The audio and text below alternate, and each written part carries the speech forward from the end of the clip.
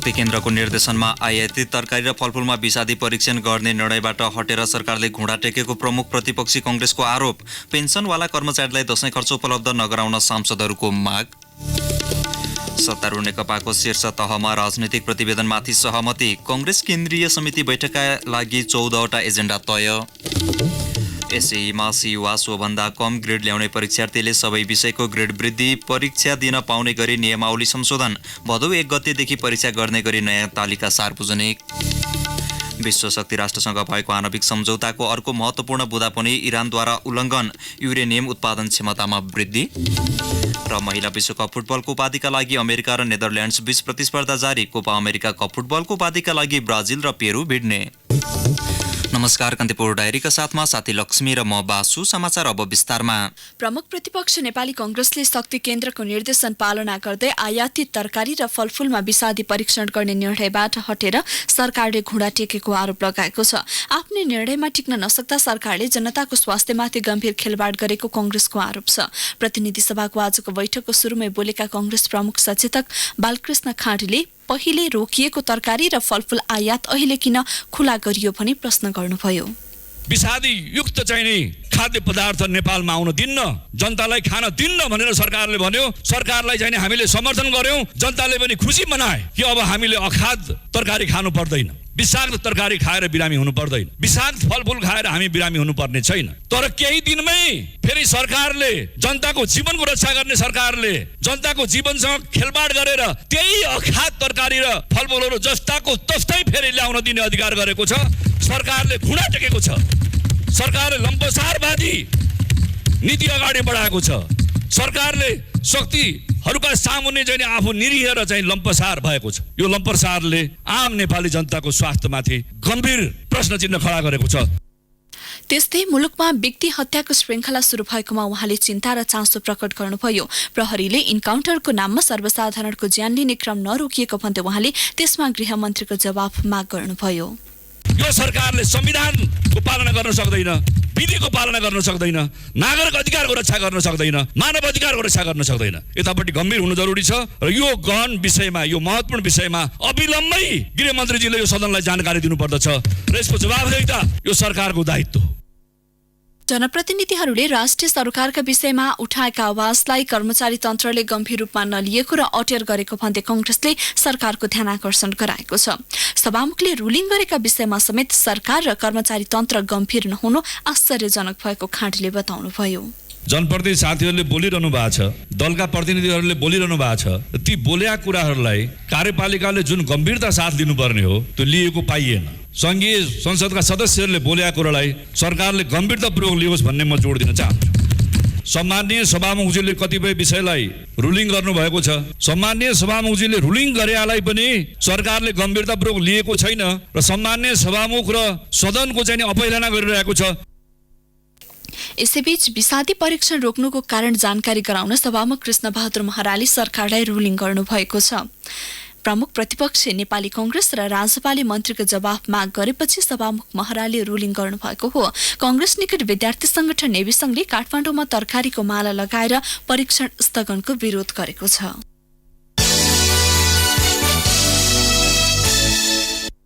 कृषि मन्त्री चक्रपाणी खनालले हाल मुलुकमा रहेका केन्द्रीय ल्याब अन्तर्राष्ट्रिय मापदण्डको रहेको भन्दै सो विषादी जाँच गर्न यो सक्षम रहेको दावी गर्नुभएको छ।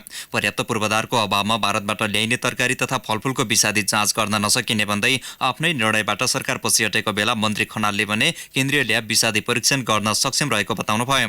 राष्ट्रिय सभामा विनियोजन विधेयकमाथिको छलफलका क्रममा सांसदहरूको प्रश्नको जवाफ दिँदै मन्त्री खनालले थप पूर्वाधार निर्माणका लागि 1 वर्ष बढी समय लाग्ने बताउनुभयो। हाम्रो केन्द्रीय जुन चाहिँ ल्याब छ, यो केन्द्रीय ल्याबले 29वटा विषादीका समूहहरू परीक्षण गर्छ। त्यो अन्तर्राष्ट्रिय मान्यता प्राप्त ल्याब हो। त्यो भएको हुनाले काठमाडौँमै ल्याए पनि भारतको जति सीमा दूरी पार गर्नुपर्ने त हामीलाई हुँदैन। तर पनि फेरि हाम्रो कुरा के हो भने यो 6 महिनाभित्र हामीले पूर्वाधार तयार गर्ने भनेर भनेका छौँ। 6 महिनामा मैले भनेको छु सकिँदैन, किनभने हाम्रो खरिद प्रक्रिया आदि इत्यादि 4 अरब रुपियाँ त्यो प्रकारका ल्याब खडा गर्ने हो भने हामीलाई 4 अरब रुपियाँ लाग्छ। यस्तै विषादी मापन प्रयोगशाला व्यवस्थापन नभएको भन्दै सरकारले भारतीय बजारबाट वितरणी हरियो तरकारी र फलफूलको चेक जाँच रोकेको छ। तर सीमा क्षेत्र नजिकै रहेका विषादी मापन प्रयोगशाला सञ्चालन गर्न पनि कसैको ध्यान गएको छैन। यसले करोडौं लगानीका प्रयोगशाला त्यत्तिकै थन्केका छन्। नेपालगञ्ज, बुटोल, पोखरा, अत्तरिया, सर्लाही र बिर्तामोडका कृषि उपज थोक बजार केन्द्रमा प्रयोगशाला रहे पनि काठमाडौँको कालीमाटी बाहेक अन्य क्षेत्रका विषादी मापन केन्द्र प्रयोगविहीन अवस्थामा छन्। प्याक्टको सहयोग रहेका ती केन्द्रमा प्रति प्रयोगशाला करिब 40 लाख लगानी लागेको छ। 2073 सालमा देशका 7 स्थानमा विषादी अवशेष द्रुत विश्लेषण प्रयोगशाला इकाइ खुलेका थिए। देश संघीय संरचनामा गएपछि विषादी मापन केन्द्र सञ्चालनको जिम्मा संघले लिएको छ। तर केन्द्र चलाउने कर्मचारी संयन्त्र खडा गर्न पनि बिर्सेको छ। प्रयोगशाला नै बन्द गरेर कर्मचारी आफ्नो मन्त्रालयमा आएपछि प्रदेश 5 को भूमि व्यवस्था, कृषि तथा सहकारी मन्त्रालयले संघ मातहतको प्रयोगशाला प्रदेशमा ल्याउन कसरत थालेको छ। तर संघले अधिकार हस्तान्तरण गर्न नमानेको मन्त्रालयका सचिव वैकुण्ठ अधिकारीले बताउनुभयो।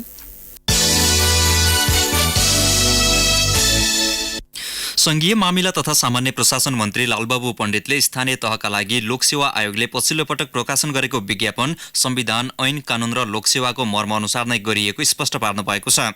सामान्य प्रशासन मन्त्रालयका विषयमा सांसदको जिज्ञासाको जवाफ दिँदै मन्त्री पण्डितले विज्ञापन संविधान र प्रचलित कानून सम्मत नै गरिएको बताउनुभयो।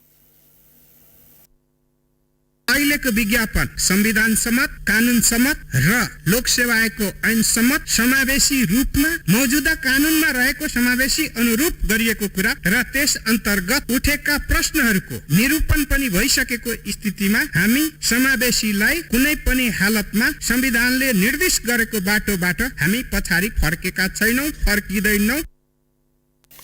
मन्त्री पण्डितले कर्मचारी समायोजन ऐन अनुसार नै प्रदेश तथा स्थानीय तहमा समायोजन कार्य सम्पन्न भइसकेको बताउँदै स्थानीय तहमा रिक्त रहेका पदको पदपूर्ति गर्न लोकसेवा आयोगबाट विज्ञापन गरिएको जानकारी दिनुभयो। श्रम, रोजगार तथा सामाजिक सुरक्षा मन्त्री गोकर्ण विष्टले मुलुकमा रोजगारीको अथाह सम्भावना रहेको भन्दै केही नीतिगत सुधार गर्न सरकार लागि परेको बताउनुभयो। आउँदो 1 वर्षमा कति रोजगारीको सम्भावना रहन्छ र आगामी 5 वर्षभित्र कति रोजगारीको सम्भावना रहन्छ, यी सबै कुराहरूको तथ्य एउटा निश्चित आधारमा उभिएर तयार पनि गरिएको छ र यति बेला सरकारले नेपालभित्र केही नीतिगत सुधारहरू गरेको अवस्थामा पर्याप्त रोजगारी सिर्जना गर्न सकिने सम्भावनातर्फ सरकार गम्भीर छ। प्रधानमन्त्री रोजगार कार्यक्रमका लागि मात्रै 71 वटा महत्वपूर्ण काम सम्पन्न भएको बताउँदै मन्त्री विष्टले मुलुकमै भएको नयाँ प्रयासलाई क्रमशः सुधार गर्दै लैजाने बताउनुभयो।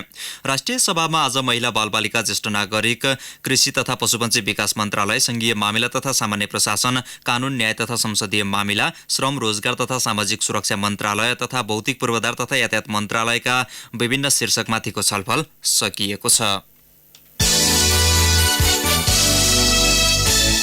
सांसदहरूले पेन्सनवाला राष्ट्र सेवकलाई दिँदै आएको 1 महिनाको तलब बराबरको दशैं खर्च दिने व्यवस्था अन्त्य गर्न माग गरेका छन्। प्रतिनिधि सभाको राज्य व्यवस्था तथा सुशासन समितिको आजको बैठकमा संघीय निजामती कर्मचारी सम्बन्धी विधेयकमाथिको छलफलमा बोल्दै अधिकांश सदस्यले पेन्सनवाला राष्ट्र सेवकलाई पेन्सन बाहेक चाडपर्व खर्च दिनु न्यायसङ्गत नहुने दावी गरे। सत्तारूढ नेकपाका जनार्दन शर्माले किसानले जीवनभर राज्यका लागि योगदान गरे पनि राज्यबाट केही सुविधा नपाएको बताउँदै कर्मचारीलाई मात्र पेन्सनपछि पनि चाडपर्व खर्च दिइरहनु आवश्यक नभएको तर्क गर्नुभयो।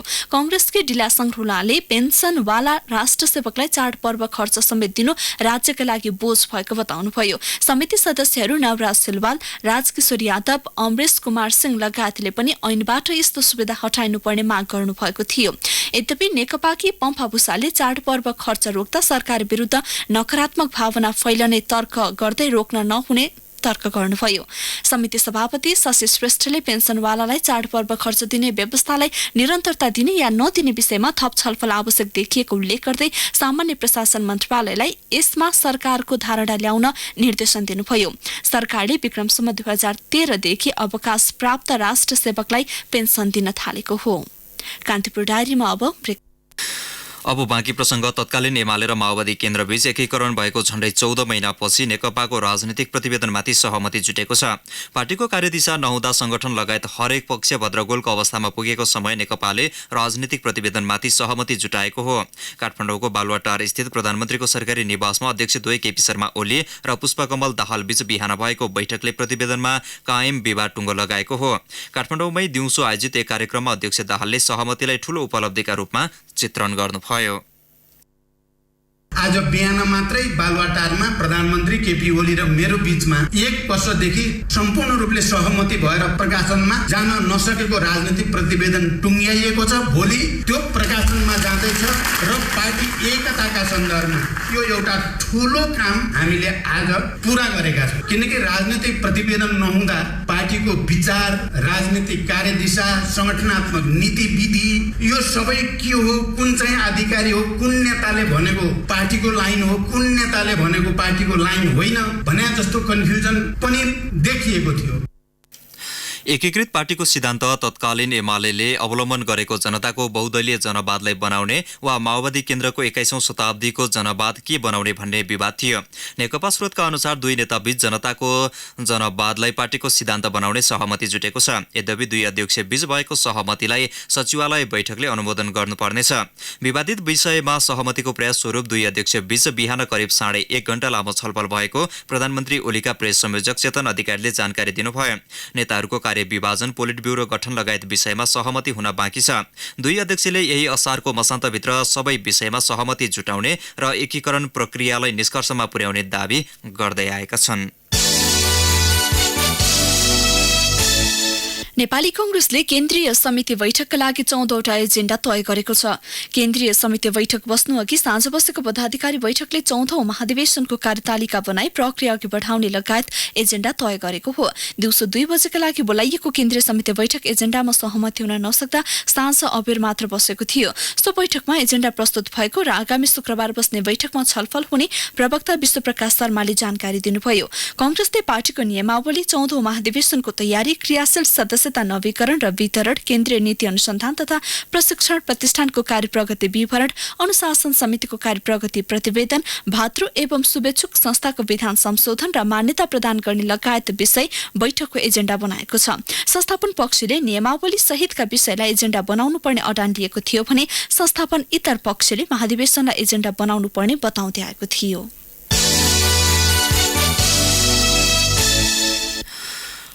विद्यालय शिक्षा परीक्षा एसईमा सी वा सोभन्दा कम ग्रेड ल्याउने परीक्षार्थीले सबै विषयको ग्रेड वृद्धि परीक्षा दिन पाउने भएका छन्। यसअघि 2वटा विषयको मात्र ग्रेड वृद्धि परीक्षा दिन पाउने प्रावधान थियो। पुरानो नियमावली संशोधन गर्दै राष्ट्रिय परीक्षा बोर्डले सी वा सोभन्दा कम ग्रेड ल्याएका परीक्षार्थी सहभागी हुन पाउने नयाँ व्यवस्था सार्वजनिक गरेको हो। बोर्डको निर्णय अनुसार ग्रेड वृद्धि परीक्षा आगामी भदौ 1 देखि 11 गतेसम्म सञ्चालन हुनेछ। बोर्डले परीक्षाको नयाँ कार्यतालिका सार्वजनिक गरेसँगै साउन 26 र 27 गते परीक्षा गर्ने पनि यसअघि प्रकाशन भएको परीक्षा मिति रद्द भएको छ। परीक्षा नियन्त्रण कार्यालयका उपनियन्त्रक चेतनाथ शर्माले शिक्षा, विज्ञान तथा प्रविधि मन्त्रालयको निर्देशनमा बोर्डको नियम संशोधन गरिएको जानकारी दिनुभयो। परीक्षामा बढीमा 2 विषयसम्म अनुपस्थित भएका र ग्रेड नखुलेका विद्यार्थी पनि सहभागी हुन पाउनेछन्। तर 2 भन्दा बढी विषयमा अनुपस्थित भएका र ग्रेड नखुलेका परीक्षार्थी भने आगामी वार्षिक परीक्षामा मात्र सम्मिलित हुनुपर्ने उपनियन्त्रक शर्माले जानकारी दिनुभयो। 1.5 लाख भन्दा बढी विद्यार्थी ग्रेड वृद्धि परीक्षामा सहभागी हुने अनुमान बोर्डको छ। परीक्षामा सहभागी हुन चाहने विद्यार्थीले साउन 15 गतेभित्र फारम भरिसक्नु पर्नेछ। प्रदेश सरकारले प्रदेशभित्र सार्वजनिक महत्वको विषयमा जाँचबुझ तथा अनुसन्धान गर्न आयोग गठन गर्न जाँचबुझ तथा अनुसन्धान आयोग ऐन 2076 ल्याउने भएको छ। आन्तरिक मामिला तथा कानून मन्त्रालयले जाँचबुझ तथा अनुसन्धान आयोग सम्बन्धमा व्यवस्था गर्न बनेको विधेयक 2076 संसद सचिवालयमा दर्ता गराएको छ। विधेयकको दफा 3 मा प्रदेशभित्रको कुनै पनि सार्वजनिक महत्वका विषयमा जाँचबुझ गर्न प्रदेश सरकारले उच्च अदालतका पूर्व न्यायाधीश अथवा न्याय वा कानूनको क्षेत्रमा 20 वर्ष काम गरेका व्यक्तिको अध्यक्षतामा 3 सदस्यीय जाँचबुझ तथा अनुसन्धान आयोग गठन गर्न सक्ने उल्लेख छ। दफा 3 को उपदफा 2 को 1 मा नेपाल सरकारले जाँचबुझ आयोग गठन गरेको विषयमा प्रदेश सरकारले त्यस्तो आयोग गठन गर्न नसक्ने उल्लेख छ। प्रदेश राजपत्रमा सूचना प्रकाशित गरेर आयोग गठनको जानकारी दिनुपर्ने व्यवस्था गरिएको छ। आयोगका लागि बजेट, जनशक्ति कार्यालय र पारिश्रमिक प्रदेश सरकारले निर्धारण गर्ने विधेयकमा उल्लेख छ। आयोग गठन भएपछि अध्यक्ष र सदस्यले मुख्यमन्त्री समक्ष पद तथा गोपनीयताको शपथ दिने व्यवस्था गरिएको छ।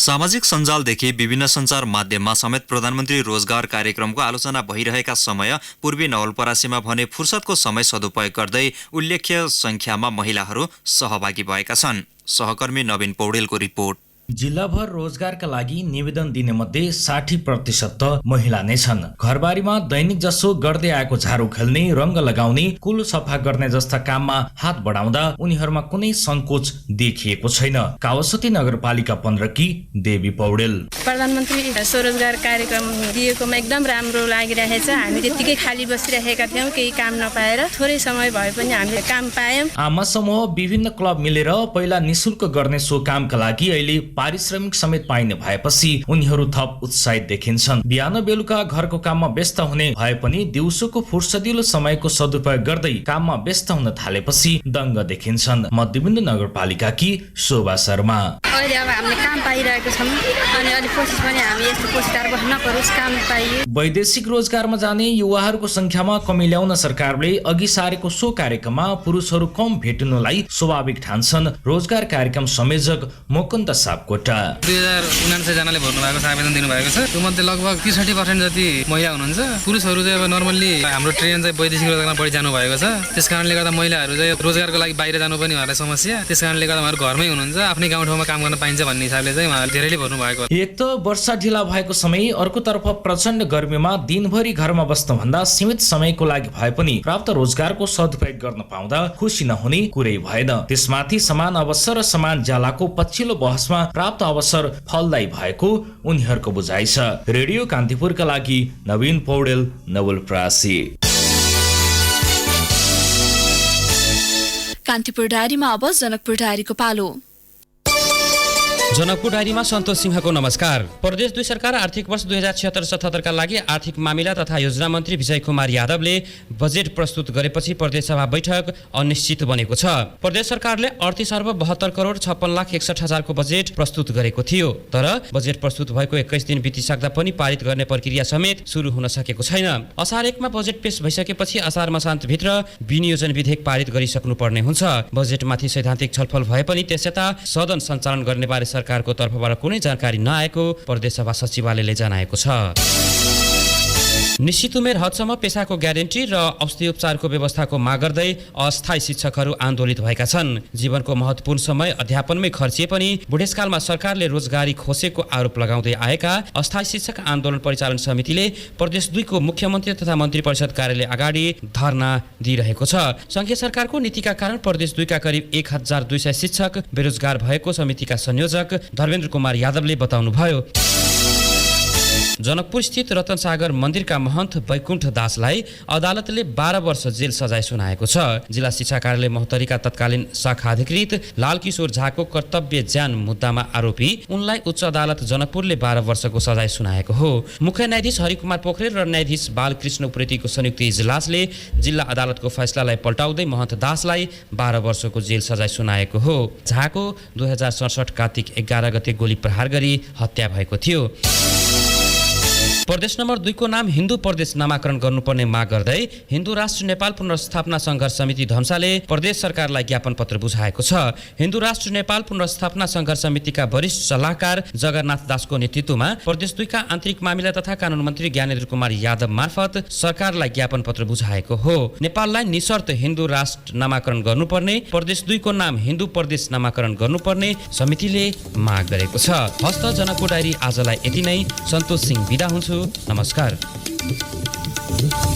जनकपुर डायरीपछि कान्तिपुर डायरीमा पुनः ब्रेकको पालो। अब आर्थिक प्रसङ्ग। भारतको सीमावर्ती फारबिसगञ्ज नगर स्तरीय प्रशासनले मोरङको जोगबन्दी नाकाबाट आवत जावत गर्ने ढुवानीका मालवाहक गाडीमा समय सीमा तोकेपछि एक सातादेखि सो नाकाबाट आयात निर्यात प्रभावित भएको छ। सीमावर्ती प्रशासनले नेपाल भारत पारवहन सन्धि र बंगलादेश भुटान भारत नेपाल BBIN पारवहन सन्धि विपरीत मालवाहक गाडीमा समय सीमा तोकेको हो।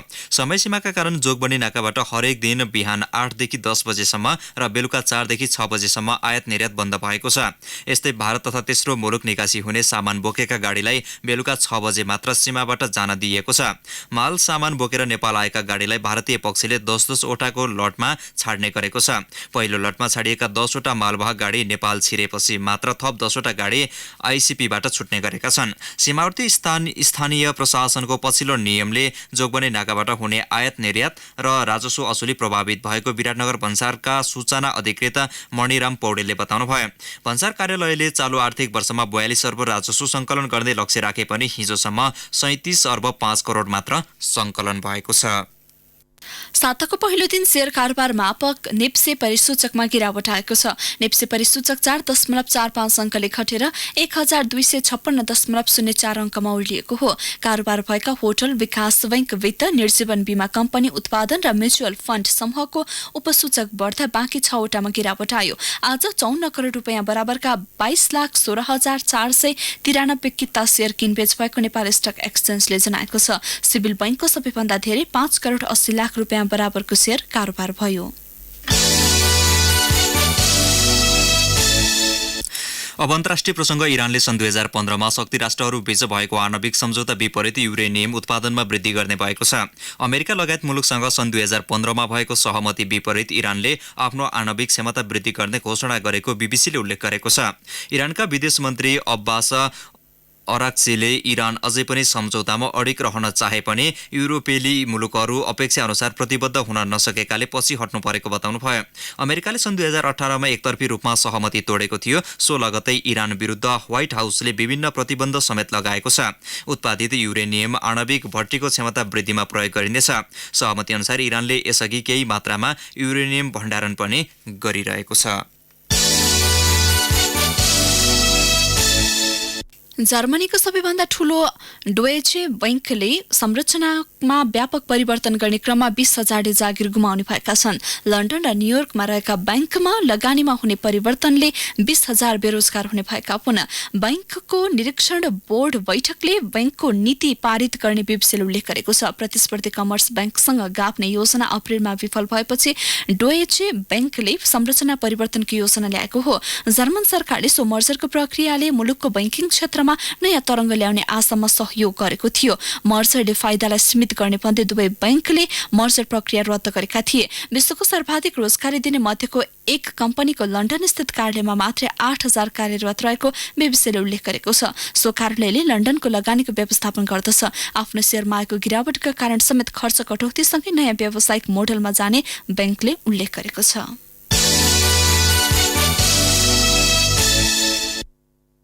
अब खेल प्रसङ्ग। महिला विश्वकप फुटबलको उपाधिका लागि अहिले अमेरिका र नेदरल्यान्ड्स बीच प्रतिस्पर्धा भइरहेको छ। फ्रान्समा जारी फाइनल खेलको पहिलो हाफ चलिरहँदा दुवै टोली गोलरहित बराबरीमा खेलिरहेका छन्। अमेरिका इङ्ल्यान्डलाई 2-1 र नेदरल्यान्ड्स स्विडेनलाई 1-0 पराजित गर्दै उपाधि नजिक पुगेका हुन्। स्विडेनले भने तेस्रो स्थान हात पारेको छ। गैराती भएको प्रतिस्पर्धामा उसले इङ्ल्यान्डलाई 2-1 गोल अन्तरले पराजित गरेको थियो। फुटबलकै अर्को प्रसङ्गमा अर्जेन्टिना कोपा अमेरिका कप फुटबलमा तेस्रो भएको छ। आज बिहान भएको तनावपूर्ण खेलमा उसले चिलीलाई 2-1 पाखा लगायो। लियोनल मेस्सीले करियरकै दोस्रो रातो कार्ड पाएको सो खेलमा अर्जेन्टिनालाई जित दिलाउन सर्जियो अगुइरो र पाउलो डेवालाले पहिलो हाफमा गोल गरे। चिलीका लागि अर्तुरो भिडालले 57 गोल फर्काएका थिए। 37औं मिनेटमा लियोनल मेस्सी र गेरी मेडेल बीच हातालाल भएपछि दुवै खेलाडीलाई रातो कार्ड देखाइएको थियो। 14 वर्षे खेल करियरमा मेस्सीको यो दोस्रो रातो कार्ड हो। अस्ट्रेलियाले विश्वकप क्रिकेटको सेमिफाइनलका लागि म्याथ्यू वाई र मिचेल मार्सलाई मौका दिने भएको छ। उस्मान ख्वाजा र मार्कस स्टोइनिस घाइते भएपछि उनीहरूको स्थानमा वाई र मार्सलाई मौका दिन लागि हो। समूहगत चरणको अन्तिम खेलमा साउथ अफ्रिकालाई नतिजा सुम्पनु अघि ख्वाजाले हामस्ट्रिङको चोट र मार्सको कोखामा समस्या देखिएको थियो। दुई खेलाडीको प्रदर्शन आशा लाग्दो नभएपछि अस्ट्रेलियाले प्रतियोगितामा दोस्रो हार बेहोरेको थियो, जसका कारण ऊ तालिकाको दोस्रो स्थानमा रहँदै सेमिफाइनल पुग्यो। सेमिफाइनलमा आगामी बिहिबार अस्ट्रेलियाले घरेलु टोली इङ्ल्यान्डको सामना गर्नेछ। अस्ट्रेलियन क्याप्टेन आरोन फिन्चले top order batsman Khawaja retired hurt हुनु टोलीका लागि अप्रत्याशित नतिजा रहेको प्रतिक्रिया दिए। त्यसैले टोलीमा परिवर्तनको खाँचो रहेको उनको भनाइ थियो। अब आइसिसी विश्वकप क्रिकेट 2019 स्पेशलको पालो। ICC cricket World Cup 2019 special. नमस्कार, आइसिसी विश्वकप क्रिकेट स्पेशलमा यहाँलाई स्वागत छ। इङ्ल्यान्डमा जारी आइसिसी विश्वकप क्रिकेटको सेमिफाइनल समीकरण पूरा भएको छ। समूह चरणका खेलहरूको समाप्तिपछि मात्र विश्वकपको सेमिफाइनल समीकरणले पूर्णता पाएको हो। गैरातीको जितसँगै इन्डिया शीर्ष स्थानमा रहेर सेमिफाइनल प्रवेश गर्यो। उसले चौथो स्थानमा रहेको न्युजिल्यान्डसँग सेमिफाइनल खेल खेल्नेछ। अर्को सेमिफाइनलमा दोस्रो स्थानमा रहेको अस्ट्रेलियाले आयोजक इङ्ल्यान्डको सामना गर्नेछ। गैराती भएका समूह चरणका अन्तिम खेलमा इन्डियाले श्रीलङ्कालाई तथा साउथ अफ्रिकाले अस्ट्रेलियालाई पराजित गरेसँगै फाइनल समीकरणले पूर्णता पाएको हो। श्रीलङ्काले दिएको 264 रनको चुनौती इन्डियाले 39 बल अगावै 3 विकेट गुमाएर भेटायो। रोहित शर्मा र लोकेश राहुलले शतक बनाएपछि इन्डियाले सहज रूपमा लक्ष्य भेटाएको हो। शर्माले 103 तथा राहुलले 113 रन बनाए। कप्तान विराट कोहलीले अभिजित 34 रनको योगदान गरे। श्रीलङ्काका लासित मालिङ्गा, इस्रो उडाना र कासुन राजुथाले समान 1 विकेट लिए। यसअघि पहिले ब्याटिङ गरेको श्रीलङ्काले एङ्गेलो म्याथ्युजको शतक मद्दतमा 264 रनको मध्यम योगफल तयार पारेको थियो। म्याथ्युजले 113 र लाहिरू थिरिमानेले 53 रन बनाए। त्यस्तै अस्ट्रेलियालाई 10 रनले हराउँदै साउथ अफ्रिकाले पनि विश्वकप क्रिकेटको सुखद विदाई गरेको छ। 326 रनको लक्ष्य पछ्याएको कंगारू टोली एक बल अगावै 315 रनमा समेटिएपछि साउथ अफ्रिकाले तेस्रो जितसँगै विश्वकपको यात्रा टुङ्ग्याएको हो। डेभिड वार्नरले 122 र एलेक्स केरीले 85 रन बनाए पनि टोलीको जितमा पर्याप्त बन्न सकेन। साउथ अफ्रिकाका कासिगो रावडाले 3 तथा एन्डीले पेल्लु ख्वाओ र ड्वायन प्रिटोरियसले समान 2 विकेट लिए। यसअघि पहिले ब्याटिङमा उत्रिएको साउथ अफ्रिकाले 6 विकेट गुमाएर 324 रनको उच्च योगफल तयार पारेको थियो। कप्तान फाफ डुप्लेसिसले 100 रन बनाएको इनिङ्समा राशि भान डेर दुसेनले 95 र क्विन्टन डिककले 53 रनको योगदान गरे। पहिलो सेमी फाइनलमा मंगलबार इन्डिया र न्युजिल्यान्ड बीच प्रतिस्पर्धा हुनेछ। ICC cricket World Cup 2019 special. हौस्ने प्रसङ्गसँगै कान्तिपुर डायरीका आजका सम्पूर्ण बुलेटिन यही सकिन्छ। भोलि बिहान 6:30 बजे नियमित बुलेटिनका साथमा उपस्थित हुने नै छौँ। अहिलेलाई साथी लक्ष्मी र म बासु बिदा हुन्छौँ। नमस्कार, शुभरात्रि। सूचना र मनोरञ्जनको संवाहक रेडियो राष्ट्रको रेडियो कान्तिपुर।